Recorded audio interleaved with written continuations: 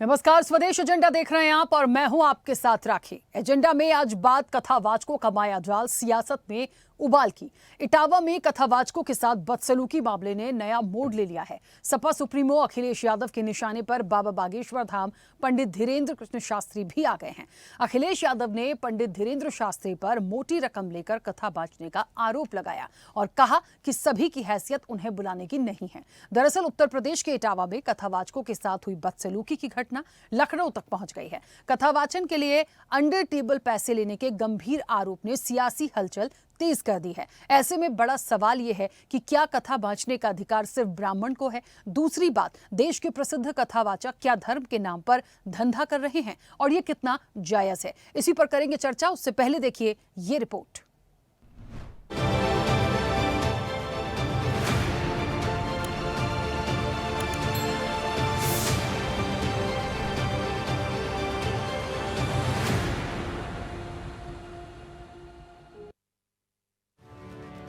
धीरेन्द्र शास्त्री की कथाओं की फीस पर उठे सवालों ने धर्म और कारोबार की बहस छेड़ दी है।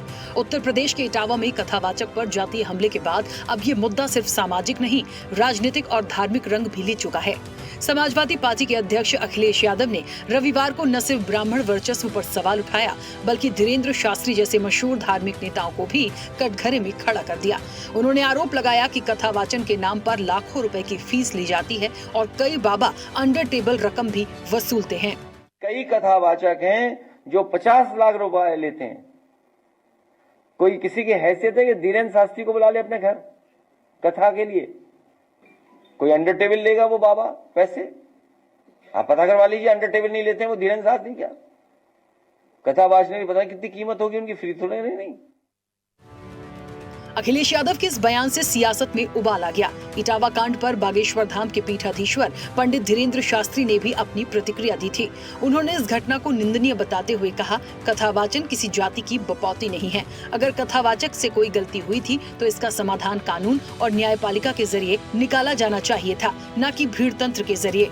उन्होंने राजनेताओं से इस मामले में सियासत न करने की अपील की ताकि समाज में वैमनस्य न फैले। इसलिए जाति न पूछो साधु की, पूछ लीजिए ज्ञान, मोल करो न तलवार का, ना तो पड़ी रहे दो मया। कथा को कहने का अधिकार सबको है, कोई इसमें दोषी नहीं। जो भी घटना इटावा की हुई है निश्चित रूप से निंदनीय है, घोर निंदनीय है। अगर उसने कुछ अपराध किया ही है तो हमको तत्क्षण कानून व्यवस्था न्यायपालिका की शरण लेनी चाहिए, ना कि खुद न्यायपालिका बनना चाहिए, ताकि विद्रोह उत्पन्न ना हो, जातिवाद ना बढ़े और जो राजनेता वर्तमान में राजनीति के नाम पर रोटियां सेक रहे हैं उनको मुंह तोड़ जवाब मिल सके। अब वो अपनी राजनीतिक कास्टवाद के नाम पर रोटियां ना सेकें। कथावाचकों पर राजनीतिक बयानबाजी के बाद प्रतिक्रियाओं ने भी जोर पकड़ा। अखिलेश यादव जी जानबूझ करके धीरेन्द्र कृष्ण शास्त्री के बहाने इसके तमाम साधु संत कथावाचकों का अपमान करने की चेष्टा कर रहे हैं, क्योंकि उनको लगता है कि इनके इस अपमान से एक मजहबी गोलबंदी होती है, मजहबी तुष्टीकरण होता है और इसीलिए जानबूझ करके उनकी पार्टी के नेता कभी धर्म ग्रंथों को लेकर टिप्पणियां करते हैं, कभी साधु संतों को लेकर टिप्पणियां करते हैं, कभी भगवा पर टिप्पणियां करते हैं और कभी कथावाचकों को लेकर के, जाति को लेकर के टिप्पणियां करने का काम करते हैं। अखिलेश यादव जी, आपकी ये कोशिश समाज को बांटने वाली है, विभाजनकारी है। इस कोशिश से समाज को केवल नुकसान पहुंचता है और आपको भी कोई फायदा नहीं मिलने वाला। इटावा में एक यादवों के बालक की पकड़ के चोटी काट दी। बोले तू भगवान की कथा नहीं करेगा। अरे बाउलो, भगवान कृष्ण महाराज यदुवंशी की कथा यदुवंशी नहीं करेंगे तो और कौन करेगा बताओ। बात यहाँ कोई जात पात की नहीं है, हमारा भगवान भी दूसरे छीन ले, बताओ ये कोई बात हुई? भगवान तो सबके हैं, लेकिन भाई यो कौन सो पेटेंट की भगवान कृष्ण की कथा तो हम ही कराएंगे। अपने तो यादव और पंडित को लड़ाकर यादवों को उकसाकर और दंगा कराने का प्रयास उन्होंने किया और खुद एक पंडित जी के घर जाकर और भंडारा छक रहे थे। ये बागेश्वर सरकार को उन्होंने टारगेट किया क्योंकि बागेश्वर सरकार हिंदुत्व पे कार्य करते हैं, सनातन पे कार्य करते हैं। ये दिक्कत है अखिलेश यादव जी को। अखिलेश यादव जी की ये दिक्कत नहीं है कि वो कथा कहने नहीं आ पा रहे हैं उनके घर। दिक्कत ये कैसे वो हिंदुओं को एक कर रहे हैं, हिंदुओं को एक होने से तकलीफ किसको है, डर किसको है, सबको पता है। अखिलेश यादव के बयान ने एक बड़ा सवाल खड़ा कर दिया है। क्या धार्मिक कथावाचन अब सेवा नहीं, एक महंगा कारोबार बन चुका है? जब कथावाचकों के बुलाने पर लाखों की फीस लगे और आयोजनकर्ता विशेष वर्ग तक सीमित हो जाएं, तो ये धर्म का लोकतंत्रीकरण नहीं बल्कि व्यवसायीकरण प्रतीत होता है।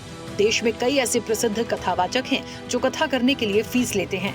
फीस 10 लाख रुपए से लेकर 50 लाख रुपए प्रति कथा तक हो सकती है। कुछ कथावाचक अपनी फीस का खुलासा नहीं करते, जबकि कुछ सार्वजनिक रूप से अपनी फीस बताते हैं। एक अनुमान के मुताबिक जया किशोरी 9.5 लाख रुपए प्रति कथा लेती हैं। अनिरुद्धाचार्य महाराज 15 लाख से 20 लाख रुपए लेते हैं। देवकी नंदन ठाकुर जी 12 लाख से 15 लाख रुपए लेते हैं। पंडित धीरेन्द्र कृष्ण शास्त्री 15 से 20 लाख रुपए। पंडित प्रदीप मिश्रा एक कथा के लिए 7 से 8 लाख रुपए लेते हैं। मोरारी बापू एक कार्यक्रम के लिए 20 लाख रुपए तक लेते थे। कुमार विश्वास रामकथा के प्रमुख वक्ता भी हैं। उनकी एक प्रस्तुति की फीस 8 से 50 लाख रुपए तक होती है। ये केवल अनुमानित आंकड़े हैं। वास्तविक फीस कथावाचक, कथा के प्रकार, अवधि और अन्य कारकों के आधार पर भिन्न हो सकती हैं। कुछ कथावाचक अपनी फीस के अलावा यात्रा और रहने के खर्च भी लेते हैं। लेकिन देश में कथा बांटने को लेकर उठे विवाद ने एक नई बहस को जन्म दे दिया है। जाति, धर्म और पैसे के त्रिकोण में फंसे इस विवाद में फिलहाल कोई समाधान नजर नहीं आता। समाजवादी पार्टी इस मुद्दे को सामाजिक न्याय और पीडीए वोट बैंक की दिशा में मोड़ रही है। वहीं बागेश्वर बाबा जैसे संतों की चुप्पी को उनके समर्थक मर्यादा बता रहे हैं। सोशल मीडिया पर समर्थकों की बहस तेज हो चुकी है। धर्म अब सिर्फ आस्था नहीं, राजनीति और बाजार की भाषा भी बोल रहा है। चैनल हेड आरपी श्रीवास्तव के साथ एग्जीक्यूटिव एडिटर राखी वर्मा की रिपोर्ट।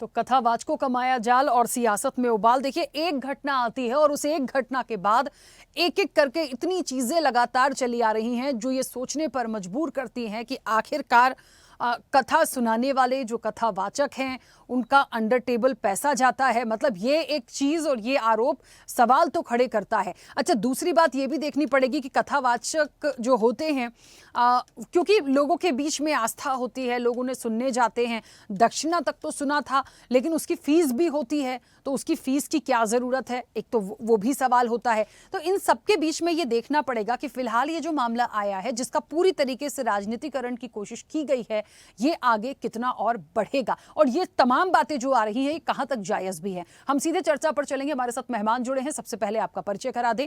भारतीय जनता पार्टी का पक्ष रखेंगे केसी जैन। केसी जैन जी, बहुत स्वागत चर्चा में जुड़ने के लिए। कांग्रेस का पक्ष रखेंगे अब से कुछ देर में कुंडरू पुष्पलीला। कुंडरू पुष्पलीला जी का भी बहुत स्वागत है, फिलहाल हमारे साथ कनेक्ट नहीं है। समाजवादी पार्टी का पक्ष रखेंगे मीसम जैदी।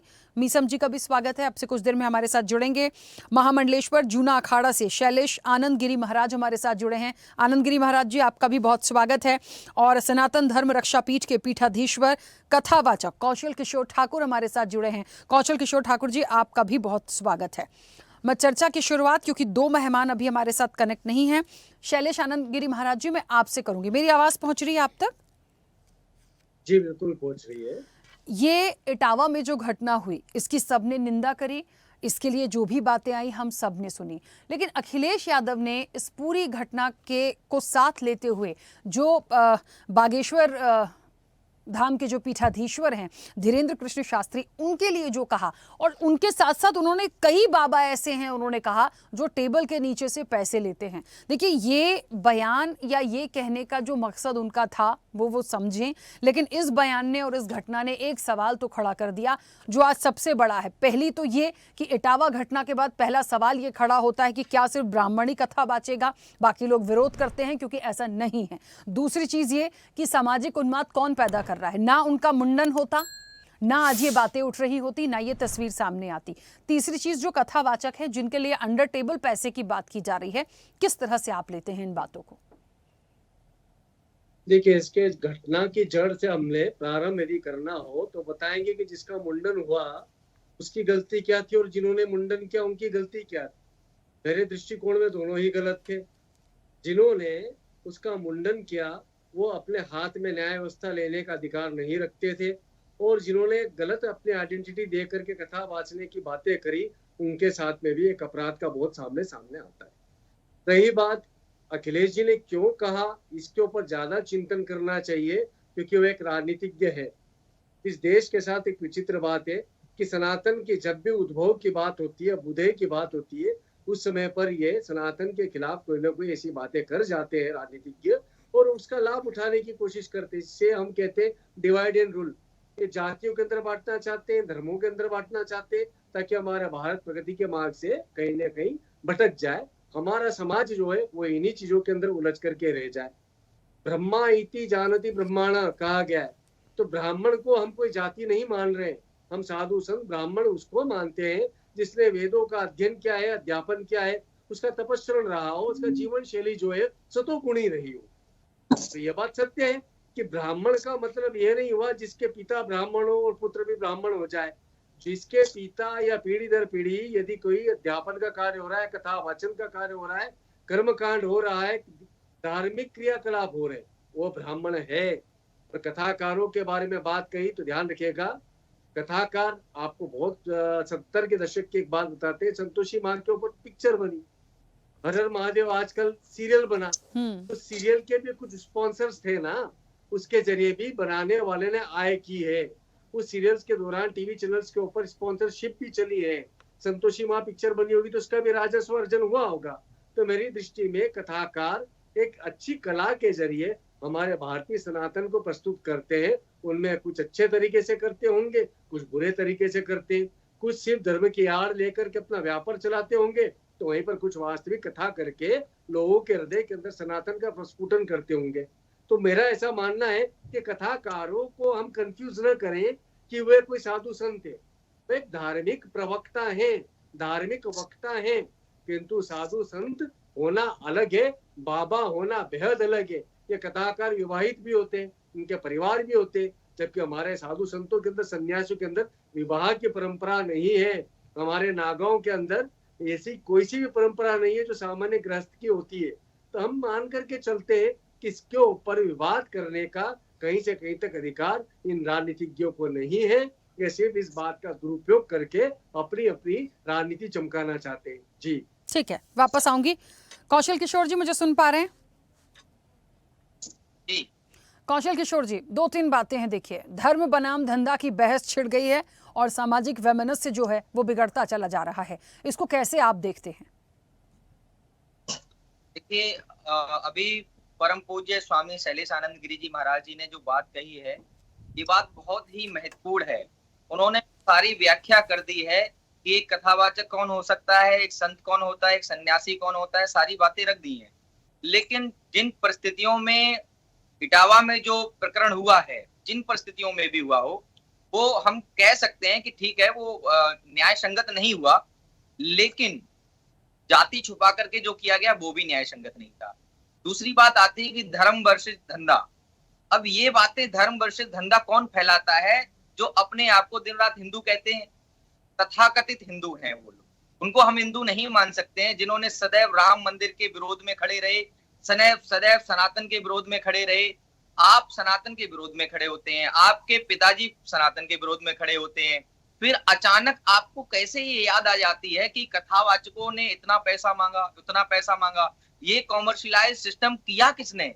हमारे देश की एक जनरेशन है जिसने आकर के अपनी सुविधाओं के, व्यवस्थाओं के आधार पर कथाओं को कहीं ना कहीं तक एक बड़ा रूप दिया, सुविधा के अनुरूप। अब आप स्टूडियो में हैं, स्टूडियो में हो सकता है एसी की भी आवश्यकता पड़े। अभी कोई लोग ये नहीं कह सकते हैं कि राखी जी आप स्टूडियो में इतनी एसी क्यों लगाए हैं, आपको तो खेत में बैठ करके, वृक्ष के नीचे बैठ करके ही अपने एंटरटेनमेंट, अपने टीवी चैनल चलाना चाहिए। नहीं हो सकता है ना। तो आदमी अपनी सुविधाओं के अनुरूप खर्च करता है। हमारे देश में ऐसे भी कथावाचक हैं जो बिल्कुल पैसे नहीं लेते हैं, खासकर साधु हैं, सन्यासी हैं, विरक्त हैं। और भागवत महापुराण में भी एक श्लोक आता है, मैंने आपको पिछली भी डिबेट में ये बात बताई थी कि हमारे व्यासपीठ पर कौन कौन व्यक्ति बैठ सकता है। सबसे पहला शब्द आता है विरक्त। विरक्तो विप्रो वेद शास्त्र विशुद्धि करता। पहला शब्द कौन सा आया? विरक्तो। अरे विरक्त तो कोई भी हो सकता है ना। गृहस्थ में रह करके भी हमारे सनातन परंपरा में राजा जनक जी जिनका नाम शीलध्वज था, माता सीता के पिताजी, वो गृहस्थ में रहकर भी व्रत रहे। हमारे मथुरा वृंदावन में अनेकों अनेक संत हुए, जैसे ब्रह्मलीन पूज्यपाद स्वामी शरणानंद जी महाराज जी, प्रज्ञा चक्षु संते, महान व्रत संतों में उनका नाम आता है। श्रीपाद बाबा जी महाराज जी, महान व्रत संतों में नाम आता है। अनेकों ऐसे संत हुए हैं जिन्होंने सनातन को बहुत बड़े स्तर से आगे व्याख्यात किया और व्रत रहते हुए। कथावाचकों की बात करें तो हमारे देश में एक बहुत बड़े कथावाचक हुए परम पूज्य डोंगरे जी महाराज। डोंगरे जी महाराज जी ने कभी एक पैसा नहीं लिया। व्यवस्थाएं उनकी खूब बड़ी बड़ी होती थी। मतलब आज के समय में देखा जाए तो लगभग 50 लाख रुपए में तो उनकी व्यवस्थाएं होंगी अगर आज के समय में की जाए बात तो। लेकिन एक समय उनका था, कथाओं को ये व्यापारिक दृष्टिकोण देने में कहीं न कहीं तक हमारे ही लोगों का हाथ रहा है। इसलिए हम इस बात को लेकर के कथावाचकों को दोष नहीं दे सकते हैं। कथावाचकों को हम दोष क्यों दें? अरे बुलाओ ना, ऐसे भी कथावाचक हैं हमारी नजर में, 1000 कथावाचक हैं जो पैसे नहीं लेंगे। व्यवस्थाएं आपको जो करनी नहीं, है। कौशल किशोर जी, देखिए बात ये है कि यदि किसी की एक फीस है या हो सकता है वो अपनी कथा के लिए उनका कुछ एक फिक्स अमाउंट होता हो, वो कुछ भी हो सकता है, वो लेते होंगे, ठीक है। लेकिन यहाँ पे सवाल इस बात का है कि कुछ लोग सार्वजनिक करते हैं, कुछ लोग नहीं करते। लेकिन यहाँ पे जो सवाल उठाया गया ना, वो ये था अंडर टेबल। अब अंडर टेबल आप समझ रहे हैं, मान लीजिए मेरी आपसे बात हुई, आपने कहा राखी जी मैं बस 11 रुपए लेता हूं और फलानी जो भी आप चीजें हैं उसको मैं रखता हूं। पता चले यहाँ 11 रुपए की बात तो हो गई सर, और अंडर टेबल तो वो 11,000 या 11 लाख हो रहा है। बात इस चीज की है, इस चीज पे उन्होंने सवाल उठाया। देखिए, हम ये कहते हैं, ये विद्वान लोग जो अपने आजकल जो भागवत कथाओं के महत्व को समझते ही नहीं है, उन्हें भागवत कराने का भी अधिकार नहीं है। कथा तो सुनने वाले के भी अधिकारी होना बहुत जरूरी है। कथा सुनने का अधिकारी हर कोई नहीं हो सकता है, कथा सुनाने वाला भी हर कोई अधिकारी नहीं हो सकता है। जब हम मोहग्रस्त होकर के कथा बांचेंगे तो हम कभी भी लोक कल्याण की भावना नहीं रखेंगे। भागवत कथा में, कथा भागवत आई क्यों हमारे बीच में? वेद व्यास जी को ये संकट समझ में आया कि आने वाले समय में कलयुग आएगा, कलयुग के प्रभाव में ग्रस्त होकर के लोग जो है अपने लोक कल्याण का मार्ग नहीं चुन पाएंगे, तो उनके लिए भागवत कथा बनाएगी। किस लिए? लोक कल्याण के माध्यम के लिए। जब भागवत कथा बनी तो वेद व्यास जी महाराज ने कोई इसकी प्रिंटिंग प्रेस तो खोली नहीं, ना प्रिंटिंग प्रेस खोल के ये कहा कि हम इसको कॉपीराइट कराएंगे और साहब हमारा ही बेटा कथा वाचेगा और कोई नहीं वाचेगा। उन्होंने तो ऐसा नहीं कहा। सूत जी महाराज ने कथा सुनाई, अनेक संतों ने कथा सुनाई, पैसे नहीं लिए। लेकिन अब कॉमर्शियल जो व्यवस्था हो गई, लोग जो अंडर टेबल जो भी पैसे लेते हैं, मैं एक ही बात कहूंगा कि भागवत कथा लोक कल्याण का माध्यम के लिए बनाई गई है, ना कि ये कथा व्यापार के लिए बनाई गई। कथाओं में पैसे मांग करके ना तो सामने वाले का हम कल्याण कर सकते हैं, ना अपना कल्याण कर सकते हैं। हम उन कथावाचकों को भी कहेंगे जो कॉमर्शियल एक्टिविटीज करते हैं कि यदि आप पैसे लेते भी हैं तो उन पैसों का कहीं ना कहीं सदुपयोग कर दीजिए। धर्म, अर्थ, काम, मोक्ष, ये 4 हमारे सबसे बड़े सनातन धर्म में जो विशेष स्तंभ माने गए हैं, इनमें से आप जो धर्म के काम में अगर आप पैसे लगाएंगे, ठीक है, कोई व्यक्ति अगर धर्म का काम नहीं कर रहा है, कथा के माध्यम से हम उनसे पैसे ले रहे हैं, तो उसको हम धर्म के काम में लगा दें। क्या दिक्कत आ रही है इसमें सनातन से? तो कहीं ना कहीं ये लोग जो हैं अभी जो टारगेट कर रहे हैं पैसे को लेकर के, हम ये कहते हैं कि भागवत कथा जो जिस तरह से भागवत महापुराण में बताई गई, विरक्त से कराओ ना। आप क्यों करा रहे हो आप ग्रस्त लोगों से? हमें तो बिल्कुल भी हम नहीं कहते हैं आप ग्रस्त लोगों से कराओ। आप ग्रस्त लोगों से कराओगे साहब, उनके बच्चे भी हैं, पत्नी भी है, परिवार है, तो कैसे अपने परिवार का पेट पालन करेंगे? ठीक है, जैसे हमारे यहाँ पर भिक्षुक होते हैं, भिक्षुक का परिवार होता है तभी तो वो भिक्षा मांगने आता है। परिवार नहीं होगा तो क्यों भिक्षा मांगने आएगा? लेकिन विरक्त व्यक्ति को आवश्यकता नहीं होती है धन की। मैं एक बार कहूंगा कि विरक्तो, वैष्णवो और विप्रो, ये 3 ऐसी हैं मतलब कैटेगरी बनाई है कि वैष्णव जो होते हैं वो भी अपने धर्म के अनुसार व्यासपीठ पर बैठ करके कथा वाचन करते हैं, जिससे लोक कल्याण का माध्यम बने। पैसे का कोई महत्व नहीं रखता है। पैसे लेने वाले सिर्फ और सिर्फ मोहग्रस्त होकर के बैठ के कथा सुनाते हैं। हम उनका पूर्ण रूप से बहिष्कार करते हैं। हम बिल्कुल भी उनका जो है मतलब उनका पक्ष नहीं लेते। ठीक है, चलिए वापस आऊंगी। मीसम जी मुझे सुन पा रहे हैं? मीसम जी, चलिए शायद आवाज नहीं पहुंच रही है, दोबारा कनेक्ट करने की कोशिश करेंगे। केसी जैन जी, मेरी आवाज पहुंच रही है? म्यूट किया आपने, अनम्यूट कीजिएगा। जी राखी। ठीक है केसी जैन जी, एक तो एक लाइन है जो हम सब बहुत अच्छे से जानते हैं और सब उसका समर्थन भी करते आए हैं, जात न पूछो साधु की पूछ लीजिए ज्ञान। ये चर्चा जिस दिन से ये इटावा कांड हुआ उसके बाद से ये बात सबके मुख पर है। बागेश्वर बाबा के मुख से भी सबसे पहला कथन मैंने आज यही सुना जब उनकी प्रतिक्रिया को सुना। हम सब इस चीज को मानते हैं, लेकिन अखिलेश यादव ने जिस तरीके से बातों को रखा और जो चीजें उन्होंने धीरेन्द्र कृष्ण शास्त्री के लिए कही, सिर्फ उनको नहीं, उन्होंने कई बाबाओं का जिक्र करते हुए ये बात बोले कि अंडर टेबल पैसा चलता है। तो अंडर टेबल जो चीजें जा रही हैं, जो फीस की बात आ रही है, तो आज इस पर चर्चा करनी पड़ रही है कि कथावाचकों की फीस के पीछे का राज क्या है और मकसद क्या है, ये सवाल जो उन्होंने जिस तरीके से उठाया। कि जी ये तो हमें लगता है ये प्रश्न तो श्री अखिलेश यादव जी से होना चाहिए कि आखिर हिंदुत्व को लगातार टारगेट क्यों कर रहे हैं, आखिर उनको दिक्कत क्या है हिंदू समाज से, बहुसंख्यक समाज से। कोई ना कोई मुद्दा उठा लेते हैं बहुसंख्यक समाज को टारगेट करने के लिए। अरे भाई, लेने वाले को दिक्कत नहीं है, देने वाले को दिक्कत नहीं है। लाखों लाख श्रद्धालु अगर वहां पहुंच रहे हैं, सुन रहे हैं, फिर समाजवादी पार्टी को दिक्कत कहां से हो गई। और जब ये बात आती है कि भाई जो चंदा आ रहा है पार्टी में, ये आरटीआई के दायरे में आना चाहिए, तो कहते नहीं नहीं भाई ये नहीं हो सकता है, आरटीआई के दायरे में कैसे आ जाएगा जो पार्टी में चंदा ले रहे हैं, वो तो गोपनीय रहेगा। कैसे आ रहा है पैसा, कहाँ खर्च हो रहा है। कथावाचकों से बहुत दिक्कत हो रही भाई, कथावाचक का सब ऊपर। अरे भाई वो जो है, जो अभी आदरणीय कौशल जी ने भी कहा, गुरु जी ने भी कहा, स्वामी शैलेंद्रानंद गिरी जी ने भी बताया कि भाई गृहस्थ है, परिवार है, और अगर परिवार है, गृहस्थ है, लाखों ले रहे, करोड़ों ले रहे, वो उसका टैक्स पे करेंगे। और आपकी 2012 से लेकर 17 तक सरकार रही, आपको छापा डलवाना चाहिए संतों महात्माओं के घर पे कि भाई छापा डालिए, ज्यादा पैसा लिया, ज्यादा टैक्स दीजिए, क्या दिक्कत है। लेकिन सारा की सारा टारगेट जो हो रहा है वो हिंदुत्व पे हो रहा है, हिंदुत्व पे लगातार कुठाराघात कर रहे हैं। अरे अपनी पार्टी का ब्यौरा दे दीजिए, कहां से इतना पैसा आता है, कोठी पे कोठी खड़ी होती चली जाती है, और आपके एक एक कार्यकर्ता के पास फॉर्च्यूनर सफारी कहां से आ जाती है। ये तो चलो बता रहे हैं कि भाई हमने 50 लाख दिया, वो तो बताते हो तो समाज सेवा के क्षेत्र में है, कोई काम भी नहीं है, कहते सिर्फ समाज सेवा का क्षेत्र है हमारे पास में। अरे ठेकेदारी कर रहे हैं आप, प्रॉपर्टी काम कर रहे हैं, वो भी कुछ नहीं बताते, कहां से पैसा आ जाता है, उसको ओपन करे ना अगर दिक्कत उनको है तो। कथावाचकों से इतनी बड़ी दिक्कत कहां से आ गई।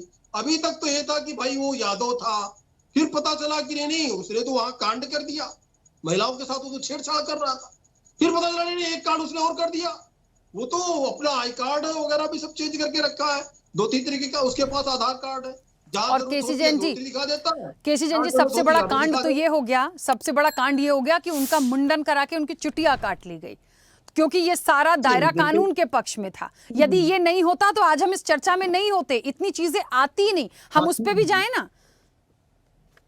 बिल्कुल बिल्कुल, देखिए राखी जी, उस चीज का कोई समर्थन नहीं करता। 19 ज्यादा से ज्यादा लोग वहां पर गिरफ्तार हो चुके इस तरीके के, जिन लोगों ने इस तरीके की घटना को अंजाम दिया। माननीय मुख्यमंत्री योगी आदित्यनाथ जी ने घटना का स्वयं संज्ञान लिया, वहां के डीएमएसपी को फटकार लगाई है कि तत्काल वहां पे एक्शन हो, और वहां पे एक्शन भी हुआ। 19 से ज्यादा लोग वहां पे गिरफ्तारी हुई है जिन लोगों ने गलत किया। लेकिन बात यह है कि श्री अखिलेश यादव जी बता रहे हैं कि भाई कथावाचक पैसा ले रहे हैं, क्यों पैसा ले रहे हैं कथावाचक, उनको दिक्कत अब कथावाचकों से पूरी हो गई। ये कुछ नहीं है राखी जी, ये सिर्फ और सिर्फ आप इसकी जड़ में जाएंगी। आप तो बहुत वरिष्ठ पत्रकार हैं, लंबे समय से हम आपके साथ में चैनल पे डिबेट में भी रहते हैं, पार्टी का पक्ष भी हम रखते हैं। सिर्फ और सिर्फ एक मुद्दा है, इसके पीछे कुछ नहीं है। उत्तर प्रदेश में जो है नगर पंचायत के चुनाव होने हैं, और नगर पंचायत के चुनाव में हिंदू समाज को कैसे बांटा जाए, कैसे किया जाए। भाई ये पीडीए वाले, ये तो भाई ये यादव हैं, ये कुर्मी है, और दूसरी तरफ कैसे कहा जाए भाई ये तो क्षत्रिय है, ये ब्राह्मण है, किस तरीके से बंटवारा किया जाए, बंटवारा करके कैसे अपने खाते में वोट डाले जाए, केवल इतना टारगेट और कुछ नहीं है। आप जड़ पे जाएंगी तो ठीक है, आप बहुत वरिष्ठ पत्रकार हैं और एक बड़े चैनल पे आप डिबेट कराती हैं, आप इसकी जड़ में जाएंगी, सिर्फ यही निकलेगा और कोई मुद्दा है ही नहीं। ठीक है, और कोई मुद्दा नहीं। जैन जी, तो उनको चिंता हो रही है। ठीक है, नहीं राखी जी, आज उनको कथावाचकों की चिंता हो रही है, जिन्होंने सिर्फ और सिर्फ रोजा इफ्तार पार्टियां की।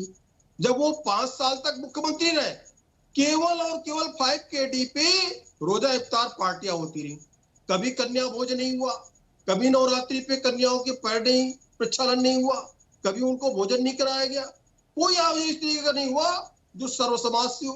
केवल क्या हुआ, रोजा इफ्तार पार्टियां बहुत बड़े स्तर पे हुआ करती थी। अरे उसमें लाखों करोड़ रुपया जो खर्च होता था सरकारी, वो क्यों होता था भाई? सरकारी पैसा आप रोजा इफ्तार पार्टियों पर क्यों खर्च कर रहे हैं? किस लिए खर्च कर रहे हैं? किसको खुश करने के लिए कर रहे हैं? लेकिन दिक्कत किस पे है? दिक्कत जिसको ना लेने वाले को दिक्कत है ना देने वाले को दिक्कत है, वहां पे दिक्कत है। लेकिन सरकारी पैसे का जो बंदर बाट हो रहा था वहां दिक्कत नहीं थी।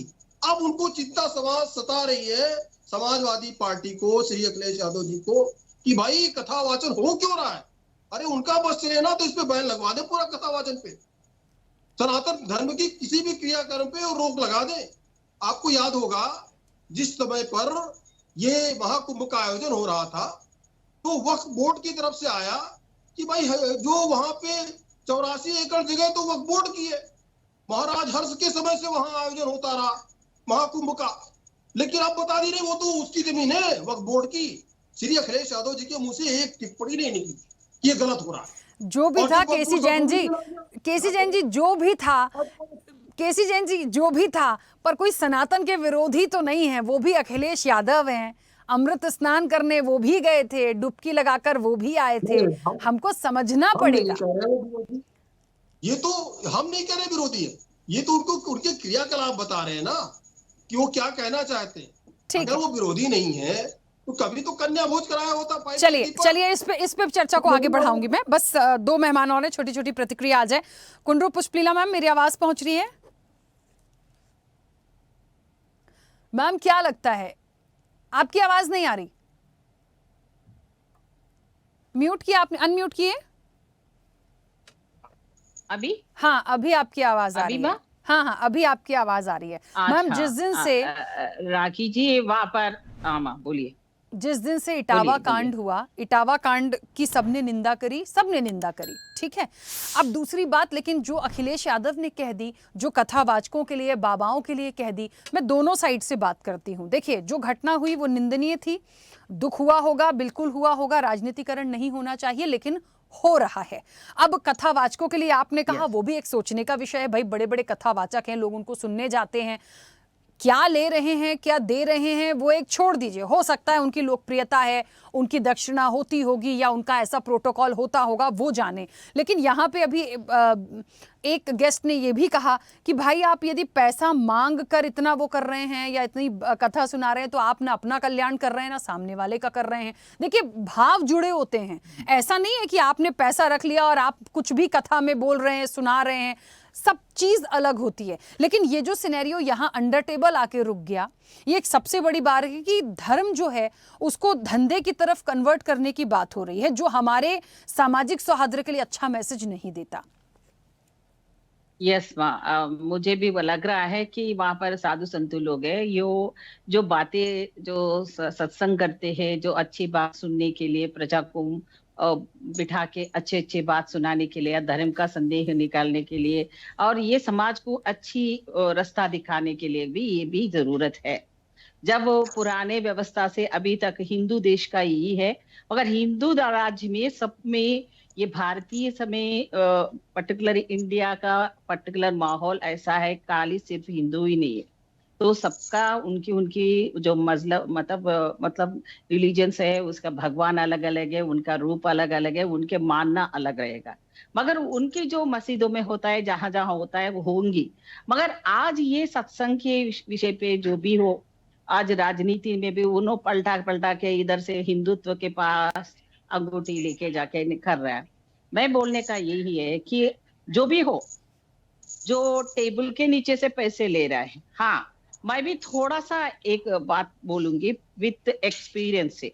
जो कॉमन पब्लिक रहते हैं, इतनी साधु संतों का बड़ा होते रहते हैं, जहां जहां बड़ा इतने पब्लिक आते हैं, भीड़ आते हैं समाज की कल्याण करने वाला, अच्छे भाषण सुनने के लिए, और रामायण एक बोलता है, महाभारत एक है, कथा भागवत एक बोलता है, सो अच्छी बात बोलते हैं, चलो सुनने के लिए सब लोगों के इंटरेस्ट भी रहेंगे। मगर उसमें जो है ना, जो आम जनता रहते हैं ना, उसको डायरेक्ट नहीं जा पाते।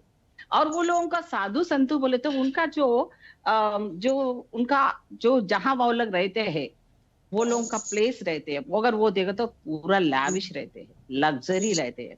और कॉमन पीपल भी जाना है तो वो लोगों का जगह एक जगह रहते हैं, जो वीआईपी का वो अलग रहते हैं। और उसके लिए भी थोड़ा सा ये कॉमन वाला जाते हैं, सत्संग करते हैं, उनकी बातें सुनते हैं भावाओं का, तो पालन करने के लिए कोशिश करते हैं। जो बुराई है, जो अपन का इंसानियत में बुराई होता है, उसको अगर पाप कर्म इसके सिद्धांत पे जाने वाला है, मगर ये इधर जा जाके फिर भी हिंदू समाज के लिए खोसरा बोल के, अभी हमारा भाई ने बोल रहा है, अभी ये अखिलेश जी किस मकसद से बोला पता नहीं, उसके बीच में क्या हुआ मालूम नहीं है। मगर जो भी हो, इलेक्शन का क्राइटेरिया लेके बात करना गलत है।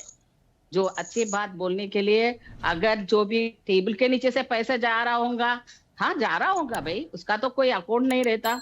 अब बाबा संत लोगों को जो भी डोनेशंस देता है, व्हाइट में देते हैं या ब्लैक में देते हैं, किसी को क्या मालूम है। आजकल इतने बड़ा प्रोग्राम करना है तो विदाउट मनी वो तो ऑर्गेनाइज नहीं कर सकते ना, उतना भीड़ को इकट्ठा करना है, जो भक्त देते हैं वो एक रहता है। मगर इसके लिए भगवान के सत्संग का वालों को तो कोई अभी तक ऑडिट नहीं कर सकते, कितना लिया है डोनेशन का रूप में, क्या उन्होंने फर्जी काट के दिया, क्या आज तक कोई पूछा क्या? कितने करोड़ों का रुपए से वो लोग भी मेंटेन करते हैं। तो यहाँ पर जो भी प्रश्न हुआ था टेबल के नीचे से पैसा, हाँ थोड़ा सा मैं भी उसमें सहमत हूँ, थोड़ा सा होता होगा भाई। जो ज्यादा देने वाला है पब्लिक के सामने, तो उनका कमाई जो गलती से हुआ तो उसको प्रक्षालन करने के लिए, पाप को सुधारने के लिए, ये संत बाबाओं के सामने जाके उसको क्षमा करने के लिए पूछने के वजह में ये लोगों का नीचे से थोड़ा दिया होगा। अरे वो देश वाला किस वजह से दे रहा, तो एक संकल्प अच्छा काम करने के लिए भी दे रहे, उसको भी कुछ नहीं बोल सकते हैं। पर मगर इसको जो है ना, जो संत लोग है, ये लोगों का एक प्लेटफॉर्म है माँ, इसमें एक संत को नहीं बनते हैं, इनके ऊपर उनो इनके ऊपर, ऐसा भी क्यों हो रहा है मुझे समझ में नहीं आता है। जैसे पार्टियां हमारा पॉलिटिकल रहते हैं, चलो हमको वार रहते हैं इलेक्शन के इस टाइम में, मगर संत का एक गुरु का मानना दूसरा क्यों नहीं मानते हैं? वो भी हिंदू है, ये संत भी भागवत बोलने वाला भी हिंदू है। उन लोगों का जो बात करने का जो ना पॉलिटिकल भी, वो लोग कभी कभी वो भी बातें मुंह से निकल जा रहे।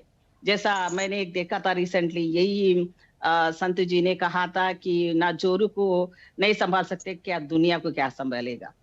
ऐसे जो टिप्पणियां करते रहते हैं, तो वो डायरेक्ट इनडायरेक्ट चुप जाते हैं।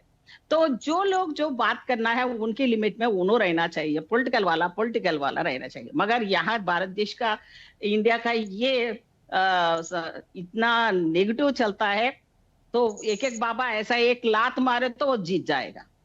अरे क्या बात, ये भगवान थोड़े है, ये भगवान का जो कोई नहीं बनता, वो भी इंसान है, अच्छे बात बोलने में सुन सकते, ओवर एक्टिंग वाला बाबा रहते ना, उनको तो सही मत नहीं हूं मैं, उनको भी कंट्रोल करना चाहिए। बोलिए मैम, एक बात और पूछनी है, क्योंकि इस विषय पर एक सबसे बड़ी बात जो निकल कर आई, वो जो सबसे बड़ा प्रश्न है जिसके लिए सबने कहा, हालांकि सबने इस चीज को डिनाई किया, लेकिन हमें समझना पड़ेगा कि शायद सिर्फ ब्राह्मणों को अधिकार है कथा बोलने का। वो शख्स इटावा में जो कांड हुआ, मैं तो उस चीज से आज तक मैं बता रही हूँ आपको, ना वो घटना होती, ना आज हम यहाँ तक जाते, ना अंडर टेबल पैसे की बात निकलती। आज एक घटना के पीछे जितने देश के बड़े कथावाचक हैं, वो सब पे क्वेश्चन मार्क लगा, बिल्कुल लगा, क्योंकि वहां जात पात सब कुछ आ गया।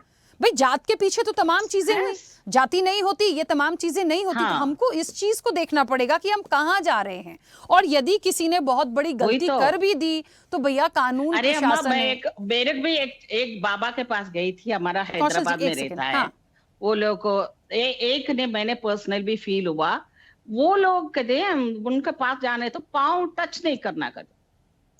तो वो तो कंट्रोवर्सी हुआ था, हमारा मुच्छरला एयरपोर्ट की जगह पे बनाया था स्वामी नित्यान, क्या है उसका नाम, चिन्नजय स्वामी, उनके पास अगर गए समझो अपन, जैसा दलित, अब एंट्रेंस से अपन का पूरा डाटा मिल जाता है, फोन नंबर से वो लोगों का पूरा, ये लोग भी इतना चलता रहता है इनका नेटवर्क, आप पहले से गए तो अपन का पूरा कुंडली पूरा ओपन करके बोल सकते हैं।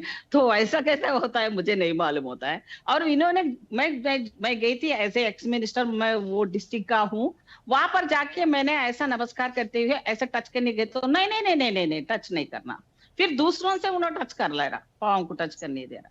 ये कास्ट का इसमें भी अंदर काम कर रहा माँ। ये हिंदू तत्व में अगर कास्टिज्म को निभाना, निकाल के फेंकने का है, अगर संत लोग भी एक प्लेटफॉर्म में होते हुए अगर ये निकालने गया कोशिश करेंगे ना, देश अच्छा होगा।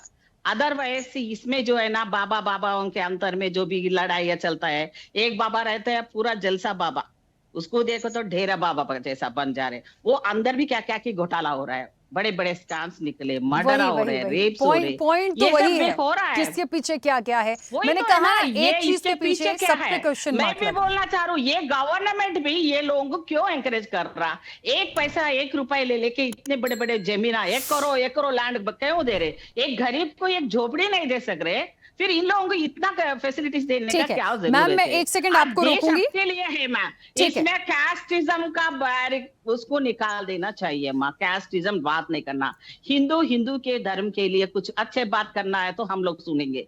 इसमें बाबाओं का अंतर उनको कट करने चाहिए। अगर उनके भी अगर पैसा कितना ले रहा है उनके खजाने के ऊपर भी, मैम अगर मैंने public एक की चीज निगाह भी जानी गए है ना, मैंने अब तक की अपने करियर में कह लूंगी, जितनी मेरी उम्र भी होगी, मैंने एक चीज सीखी है और जिसे मैं मानती हूं, मैं भी सनातन से ही बिलोंग करती हूं। मैं एक चीज जानती हूं, आप यदि किसी का आत्म सम्मान नहीं कर सकते, किसी का सम्मान नहीं कर सकते ना, तो आप कुछ नहीं कर सकते जीवन में। सबसे बड़ी बात है वो छोटा है, बड़ा है, वो किस कास्ट का है, वो नहीं है।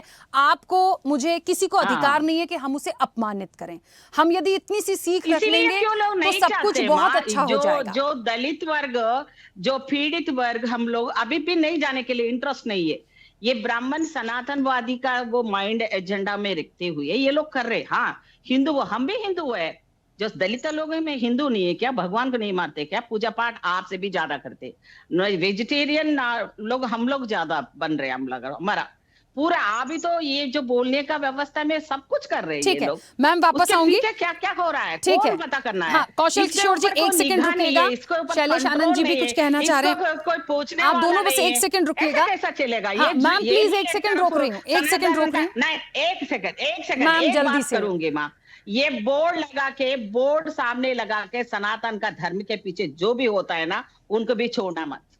मैं तो उसको खड़ी से कड़ा सजा देना चाहिए। क्या मैं ऐसा एक माँ हूं, पहला एक औरत हूं, ये देश की महिला हूं।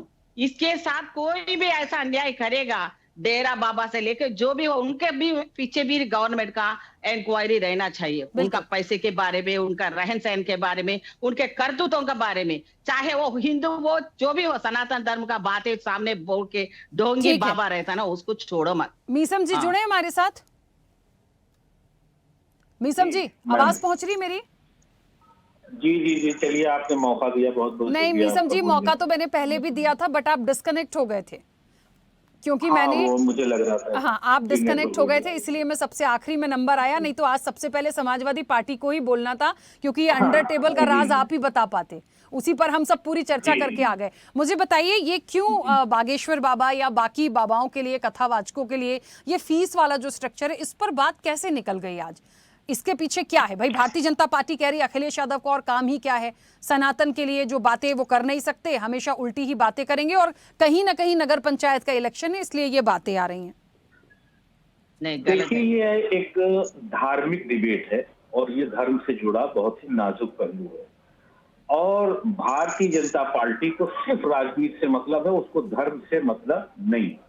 उनका कोई भी बयान होता है वो राजनीतिक एंगल से देखते हैं कि वो अखिलेश जी ने क्या कहा, समाजवादी पार्टी ने क्या कहा। एज ए मुस्लिम ऑरेटर मैं यहाँ पर बैठा हूँ, बात हो रही है धर्म की, बात हो रही है कथावाचक की, तो मैं जो अपनी बात स्टार्ट लेता हूँ, मैं ये नहीं कहता हूँ कि कौन कथावाचक हिंदू मुसलमान, मैं बात तमाम उन लोगों के से शुरू करता हूँ कि जो धर्म के ठेकेदार हैं, वो चाहे हिंदू हो, चाहे मुसलमान हो, बौद्ध हो, जैन हो, या किसी भी कम्युनिटी से आते हों, उनके लिए सिर्फ और सिर्फ जो सबसे पहला श्लोक है जो वो पढ़ के निकलते हैं, सबके लिए नहीं कह रहा हूं, उन लोगों के लिए कह रहा हूं जो इस तरह से धर्म में विडंबना डालते हैं और अराजकता फैलाते हैं और धार्मिक उन्माद फैलाते हैं। उनका पहला श्लोक होता है घर से निकलने से पहले कि गंदा है पर धंधा है।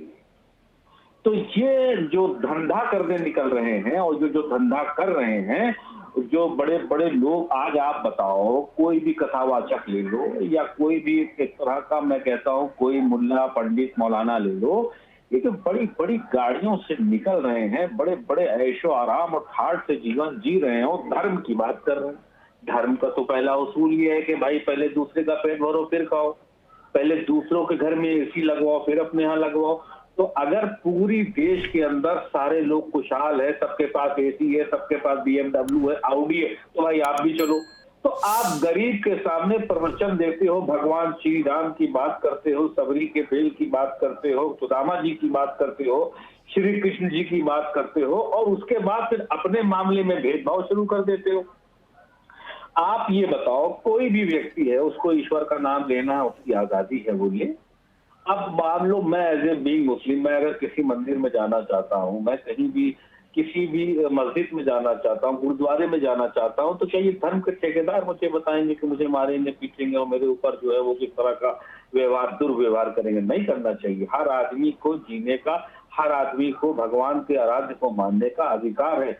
और जब ये चीज धंधे में बदल जाएगी, करोड़ों करोड़ों रुपया आने लग जाएगा, तो आपको कहीं ना कहीं पैसे का और अपने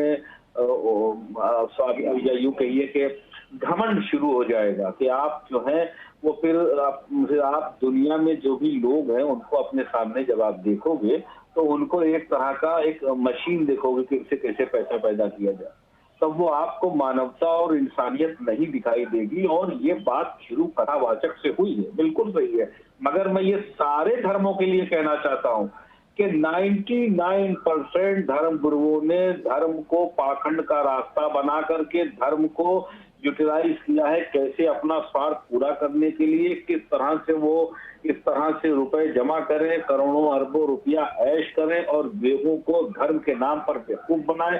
धर्म आया था धरती के ऊपर इंसान को जीने का तरीका बताने के लिए, इंसान को मानवता का पाठ बताने के लिए। हमने ये सब भूल गए हैं।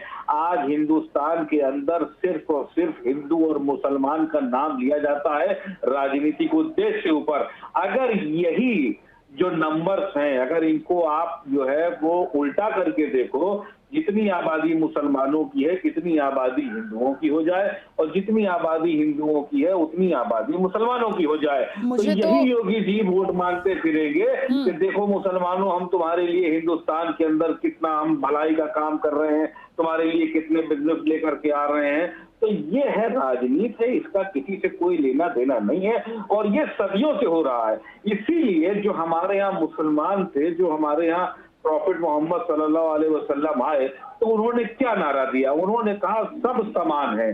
क्योंकि जब आप मस्जिद जाओगे नमाज पढ़ने के लिए, जो उन्होंने उसको बनाया तरीका कि जब आप नमाज पढ़ोगे तो किसी के पैर होता है, किसी का सर होता है जब वो सजदे में जाता है। तो इसी के ऊपर एक मुसलमान शायर ने एक बहुत अच्छा शायर किया कि एक ही सफ में शामिल हो गए महमूद और आयाज, न कोई बंदा रहा न बंदा नवाज।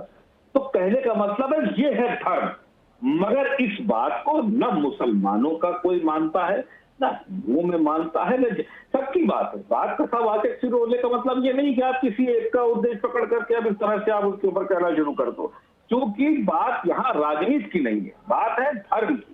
और धर्म अच्छे के लिए आया है। उनका उद्देश्य क्या था? उनका उद्देश्य था कि कथा कहना, भगवान का नाम लेना, अच्छी बात कहना और उससे दो पैसे उनको मिल जाए, उनके पेट का परिवार पल जाए।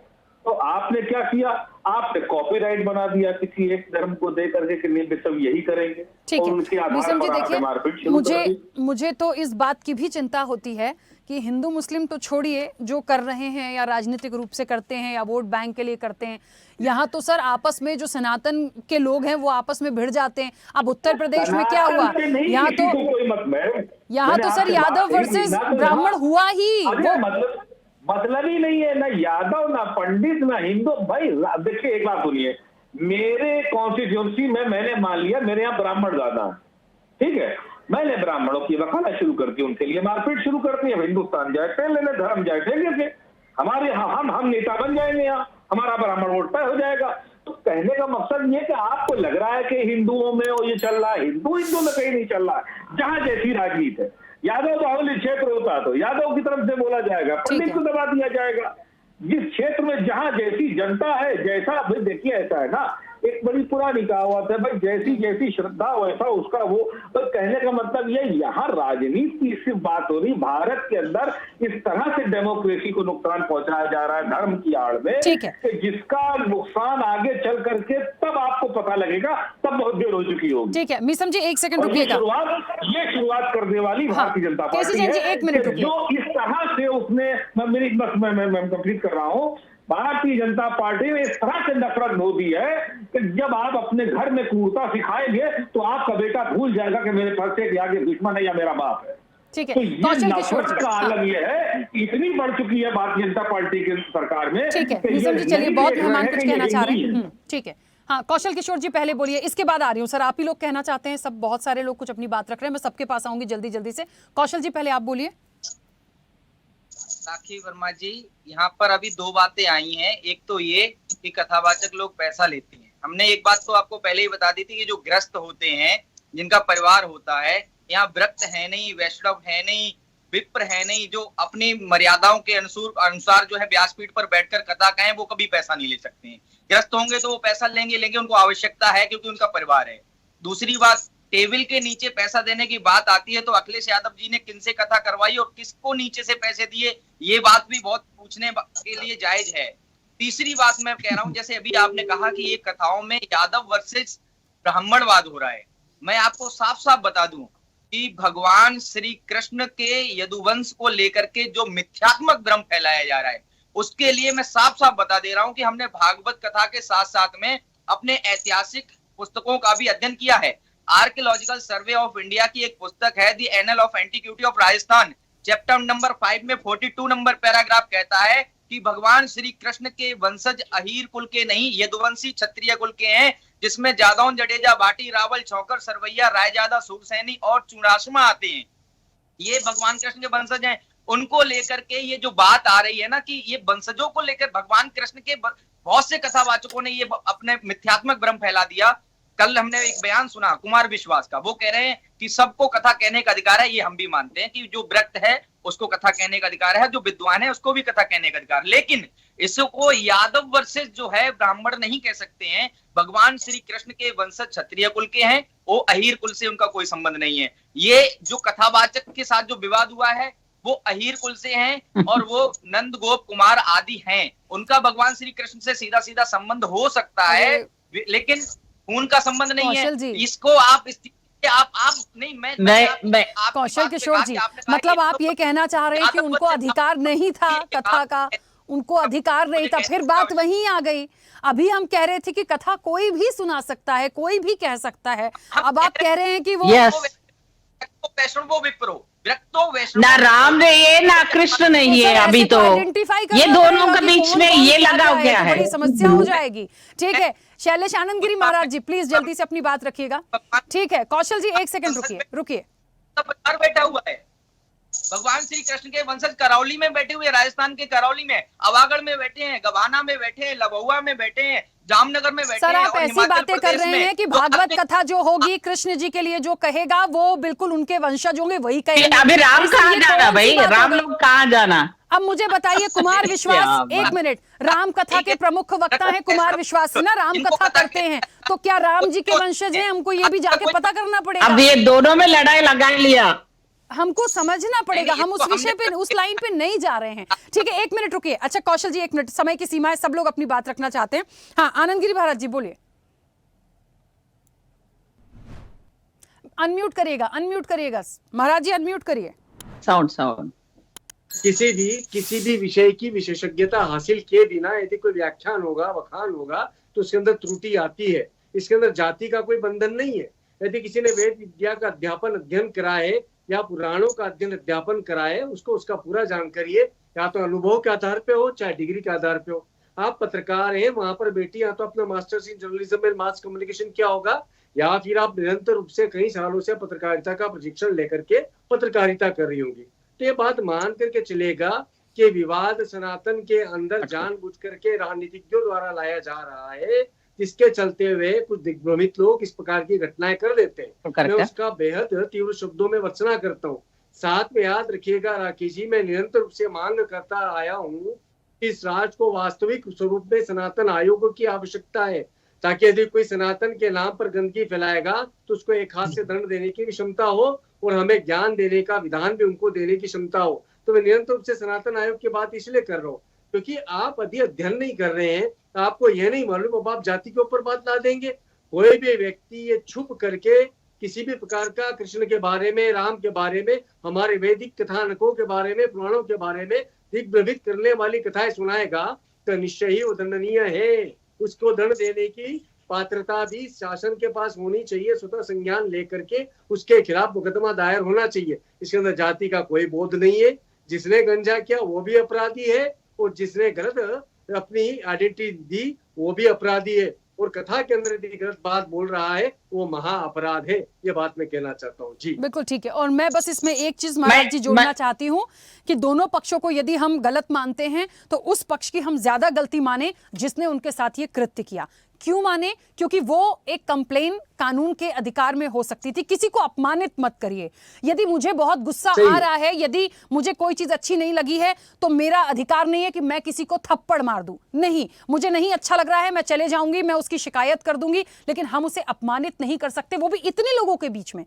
इसलिए मुझे लगता है कि जिनने किया वो ज्यादा गुनहगार हैं। और अब ठीक है, मामला जांच हो रही है, वो सारी चीजें आएंगी। हाँ, केसी जैन जी बोलिए, इसके बाद मैम आप बोलिएगा जल्दी से। केसी जैन जी।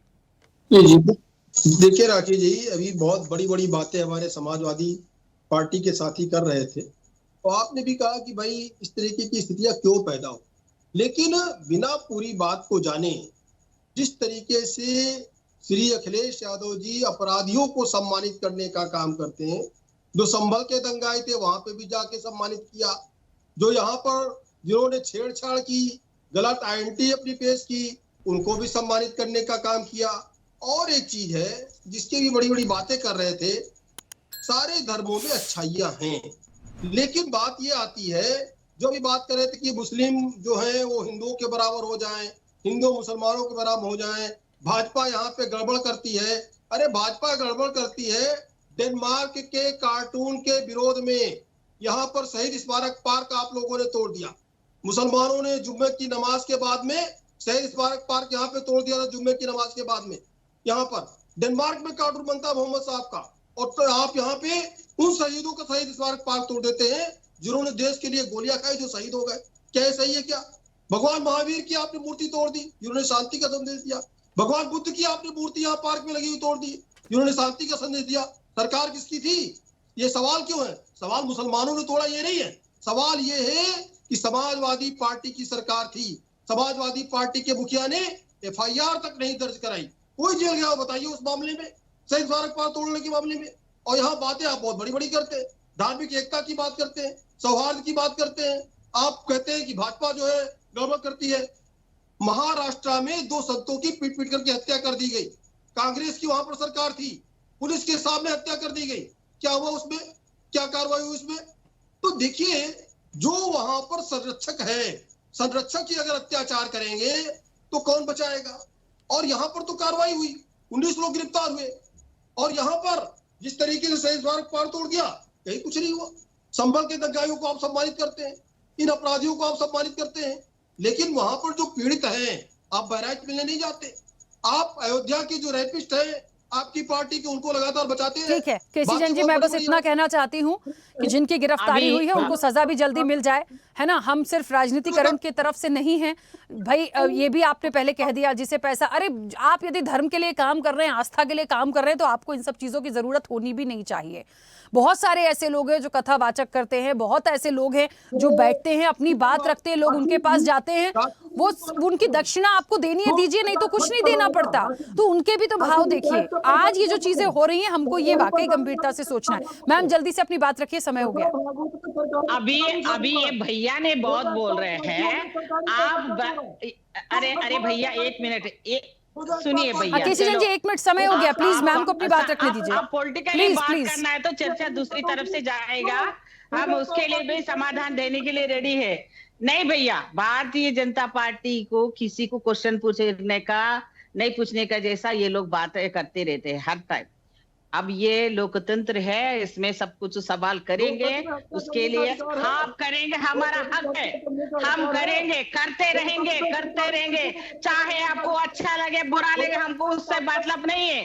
जो सनातन धर्म का नाम पे जो भी होता है, जो जहां सरकार कोई भी होने दो, सरकार की तरफ से जो गलती नहीं होते उसका हत्या करो, कांग्रेस वाला उसके पास कहीं में। अभी आपका बीजेपी सरकार 10 साल हुआ है, क्या हुआ है अभी तक, क्या डेवलपमेंट हुआ है, किसके तरफ से है? आप हिंदू समाज भजन करो भगवान के नाम पे, एक तो राम के लिए बात करता है, एक कृष्ण के लिए बात करता है। अगर ये दोनों के बीच में लड़ाई लगाते हुए हमारा जो गरीब लोगों के लिए ये जो वाचक करने वाला है, ये एक दलित वाड़ा में जाके करिए। ठीक है मैम, चलिए बस्ती में जाइए, ठीक है मैम, आपको रोक रही हूँ क्योंकि समय की सीमा है, मुझे इस चर्चा को रोकना पड़ेगा। आप सभी मेहमानों का बहुत शुक्रिया इस चर्चा में जुड़ने के लिए। देखिए, सबकी अपनी भावनाएं हैं, सबकी अपनी नाराजगी है, और एक बात बहुत अच्छे से समझने की ज़रूरत है कि इन जो कथावाचक हैं उनकी फीस का जो राज समझ में आया वो ये आया कि गृहस्थ हैं, यदि लोग दे रहे हैं तो वो ले रहे हैं, इसमें आपत्ति क्या है? हाँ ठीक है, आपका गृहस्थ जीवन है, आप ले रहे हैं, देने वाला दे रहा है, लेकिन अंडर टेबल की जो बात आई थी ये वाकई सवाल खड़े करती है। और जो बातें निकल कर आई हैं वो यही दर्शाती हैं कि पहली बात तो आप जाति को लेकर लड़ाई झगड़े ना कराएं, पहले तो आप वहां सोचिए कि ना ये घटनाक्रम होता इटावा में, ना आज ये अंडर टेबल और ये कथावाचक इस तरह से सवालों के घेरे में आते, और सबसे बड़ा राजनीतिकीकरण जो किया गया वो अपने आप में एक बड़ा सवाल है। चर्चा में इतना ही, बने रहिए स्वदेश न्यूज के साथ। सबसे पहले देश। ऐसे ही वीडियोस के लिए लाइक करें, शेयर करें, फॉलो करें, YouTube पर जाकर सब्सक्राइब कर बेल आइकन दबाना ना भूलें, और ताजा अपडेट्स के लिए स्वदेशलाइव.com पर जरूर जाएं।